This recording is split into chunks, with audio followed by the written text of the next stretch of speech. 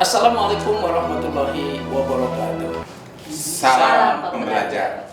Baik, sahabat pembelajar, masih di acara Bincang Penyuluh Hukum.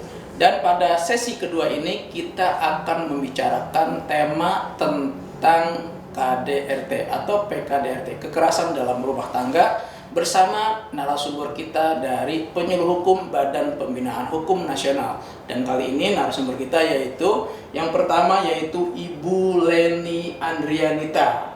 Saya panggil Mbak aja ya. Iya, Mbak Leni. Kemudian Pak Sudaryadi Alkabumaini yang tadi pertama telah menyampaikan tentang hak cipta. Sekarang akan menyampaikan tentang kekerasan dalam rumah tangga. Tidak jauh temanya ya. Tidak. Ya, baik belajar. Pada kesempatan ini Bincang Penyuluh Hukum akan menyampaikan tentang tema tentang kekerasan dalam rumah tangga. Kita tahu bahwa kekerasan dalam rumah tangga sampai dengan saat ini masih saja terjadi. Nah, terakhir ini juga ada dari artis ini yang melakukan kekerasan dalam rumah tangga terhadap istrinya. Ini alasannya mungkin karena banyak faktor ya, di masyarakat itu kekerasan rumah tangga banyak faktornya, seperti faktor ekonomi. Nah, di artis ini nih salah satu faktornya ada karena sang istri tidak mau atau menolak melakukan hubungan badan. Nah, ini kita tanya langsung kepada narasumber kita pada siang ini, bagaimana pengaturan tentang kekerasan dalam rumah tangga ini. Ini Mbak Leni, ini ya, terkait kasus artis ini ya, bukan artis saja mungkin ya, semua masyarakat yang melakukan kekerasan dalam rumah tangga. Salah satunya itu tadi disebabkan itu karena sang istri menolak atau tidak mau melakukan hubungan badan. Nah, ini secara hukum ini apakah diperbolehkan seorang suami memaksa istrinya untuk melakukan hubungan badan itu? Ini gimana? Ya, baik, terima kasih Pak Ali. Nah, sebelum kita masuk ke yang untuk kekerasan dalam rumah tangga tersebut ya. Nah, mungkin di sini saya jelaskan dulu apa artinya pengertian dari pernikahan ya. Nah, kan dalam menikah itu merupakan hak asasi manusia dari setiap warga negara ya. Nah, jadi bahwa setiap warga negara itu dijamin haknya oleh Undang-Undang Dasar 45 untuk membentuk keluarga dan melanjutkan keturunan dalam suatu perkawinan yang syah. Nah, dalam ikatan perkawinan tersebut itu kan berhak untuk melakukan tadi hubungan badan ya. Nah, seperti itu. Nah, untuk kasus pemaksaan suami terhadap istri dalam melakukan berhubungan lah ya. Nah, itu menurut hukum positif itu hal yang tidak diperbolehkan. Seperti itu ya. Karena itu termasuk ke dalam kekerasan dalam rumah tangga. Ya, itu terdapat dalam Undang-Undang Nomor 23 Tahun 2004 ya, tentang PKDRT. Nah, ini sebagaimana disebutkan dalam pasal 5 huruf C di Undang-Undang PKDRT itu menegaskan setiap orang dilarang melakukan kekerasan dalam rumah tangga itu terhadap orang dalam lingkup rumah tangganya dengan cara kekerasan seksual atau mengacu lagi nih pada pasal 8 ya, yaitu kekerasan seksual tersebut itu meliputi pemaksaan hubungan seksual. Nah, seperti tadi ya, kasus yang tadi mungkin dialami ya, sekarang memang sedang booming ya. Nah, pemaksaan hubungan seksual itu dilakukan terhadap orang yang menetap dalam lingkungan rumah tangga. Mungkin bisa dari suami ke istri atau istri ke suami juga misalnya ya, kalau ada seperti itu. Begitu. Nah, ini jadi dalam pemaksaan tersebut itu termasuk dalam marital rape. Disebutnya. Nah, itu marital rape itu perkosaan dan perkawinan karena dilakukan secara memaksa ya. Betul sekali. Nah, selain itu kan dalam hal memaksa istri untuk berhubungan ya. Nah, itu juga diatur dalam Undang-Undang Nomor 1 Tahun 2023. Nah, itu dalam KUHP kita yang baru ya, yang kemarin kan baru disahkan ya Januari ini.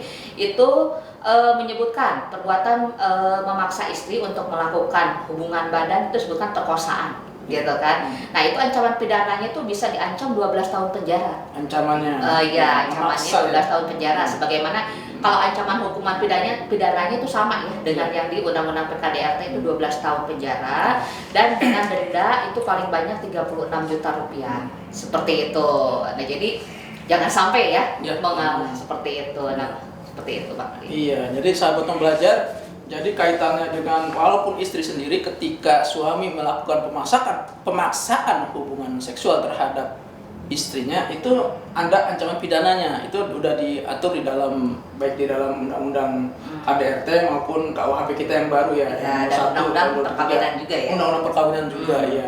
Ini ancaman pidananya ini 12 tahun atau denda atau apa nih? Dan denda. Dan denda itu 36 juta rupiah. Nah, kemudian nih kalau itu kan menurut hukum formil ya. Iya.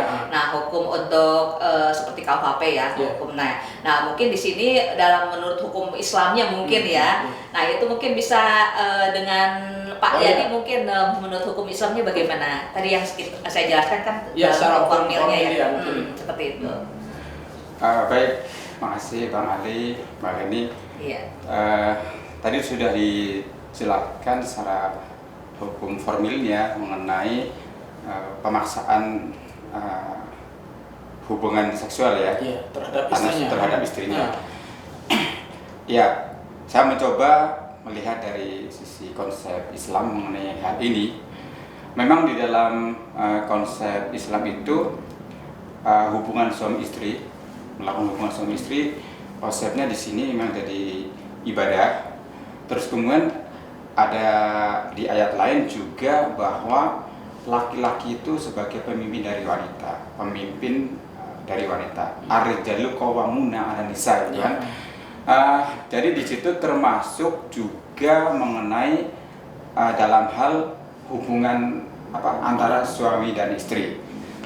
Dianggap bahwa ayat ini menganggap bahwa ya laki-laki sebagai penguasa terhadap wanita, maka wanita harus menurut, termasuk dalam hubungan seksual itu seperti itu. Nah, akhirnya banyak terjadi kan seperti itu yang kalau menurut saya memang salah memahami ayat ini gitu, memahami konsep ini.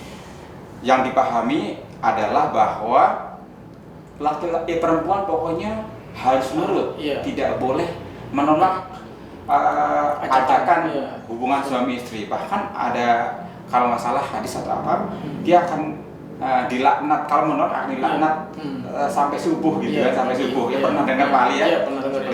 Seperti itu. Nah, hal-hal seperti inilah yang mungkin hanya dipahami secara kulitnya oleh pelaku yang tadi disampaikan oleh Ibu Mbak Leni ini ya, pelaku. Ternyata tidak sepenuhnya seperti itu benar. Memang konsepnya benar ya, ibadah, terus kemudian perempuan harus nurut, tapi dengan kondisi yang seperti apa gitu kan. Nah, kalau dalam sejarahnya atau katakanlah bisa kita jelaskan, seorang istri yang memang harus benar-benar nurut dalam hal tidak boleh menolak hubungan suami istri, ya ketika semua kebutuhan istri sudah dipenuhi, misalnya pekerjaan rumahnya sudah dikerjakan pembantu semua, terus sudah dicukupi nafkah lahirnya kan, sudah tercukupi kebutuhan semua, dan istri memang nggak ada kerjaan lain selain melayani suami. Hal yang seperti ini saya pikir memang seorang istri tidak boleh menolak. Nah, sekarang konteksnya kan yang terjadi nggak seperti itu kan, yang terjadi akhirnya terjadi kekerasan gitu kan.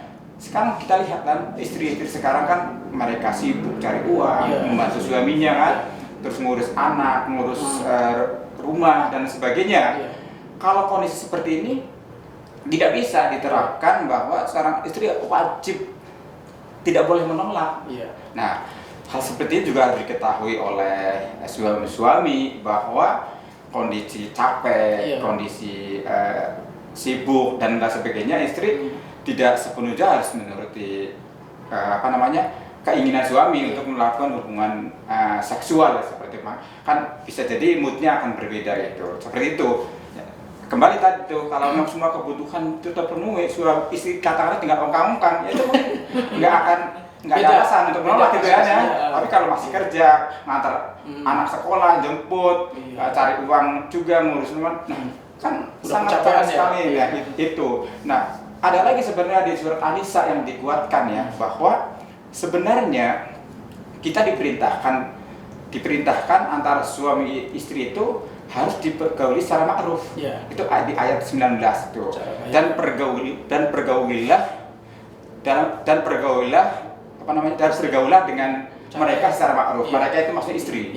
Secara ma'ruf ini jelas loh. gitu kan, secara ma'ruf, Secara secara baik baik, ya, ya, secara baik, ya. secara baik ya. Aku pikir Ya. harus lihat situasi dan kondisi Situasi, ya. seorang istri, dia lagi capek apa enggak Ya. dan lain sebagainya. Ini yang harus dipahami oleh suami-suami lah, kira-kira seperti itu. Jadi nggak dimakan mentah-mentah, harus wajib melayani. Kita lihat situasinya kondisi istri seperti apa. Lihat kondisi istri juga Iya, ya. kira-kira seperti itu. Iya, Kalau kan? penjelasan di dalam Artinya Islam. jangan memaksakan kehendak juga ya. Iya. Itu kondisi istrinya. Nah, Mungkin sedang kecapean, betul. lah gitu kan ya. Kecapean, mungkin sakit kan, Iya. sakit. Dan terus di sini ayat tadi jelaskan, bergaullah dengan mereka dengan secara ma'ruf di surat An-Nisa. Oh gitu ya. Iya, seperti itu. Ayat 19. Untuk Mbak Leni, Iya. ini kan kejadian juga nih kayak seperti kemarin artis itu menyampaikan bahwa istri itu menyampaikan bahwa salah satunya suami tidak menafkahi istrinya. Nah ini secara lahir selama 5 bulan ini kalau ada dari kasus kemarin itu kan suaminya melakukan kekerasan terhadap istrinya karena dianggap menolak ajakan suaminya melakukan isi badan, dan istri menyampaikan bahwa suaminya tidak memberikan nafkah. Nah ini gimana aturannya nih terkait dengan pemberian nafkahnya? Baik.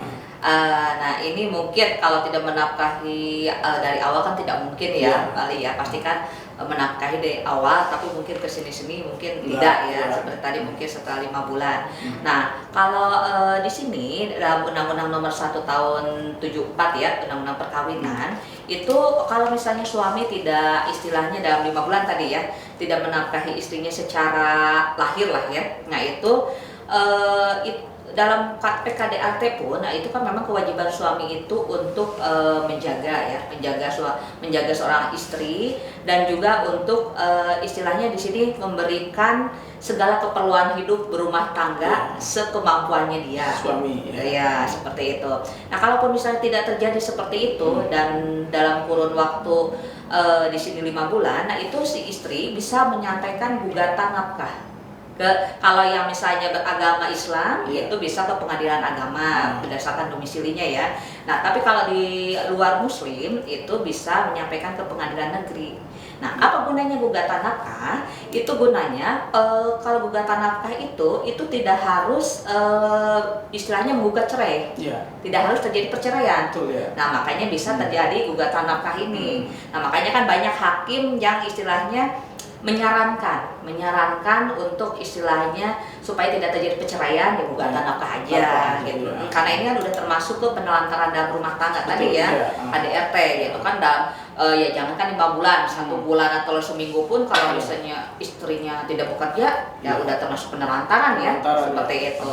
Nah sedangkan untuk gugatan nafkah itu boleh untuk misalnya kurang dari di sini kurang dari 2 tahun ya. Kalau misalnya untuk gugatan cerai, misalnya nih ya, bisa nggak yang gugatan cerai? Nah itu kan harus ada waktunya dulu yang dipersyaratkan, seperti misalnya di sini 2 tahun ya, 2 tahun tidak menafkahi, barulah bisa melakukan gugat cerai gitu. Tapi kalau belum 2 tahun kan memang belum bisa ya. Dan paling yang bisa dilakukan ya gugat nafkah tersebut. Gugat nafkah aja ya. Betul, tanpa harus kan terjadi perceraian. Iya, jadi untuk menghindari perceraian ya gugat nafkah namanya.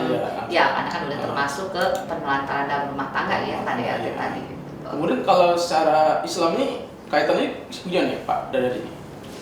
Ya sebenarnya kalau terkait pemberian nafkah, karena ini memang juga mengadopsi dari Undang-Undang Perkawinan Nomor 1 Tahun 2004 dan juga kompilasi hukum Islam, itu kan juga mengadopsi dari konsep Islam juga gitu kan.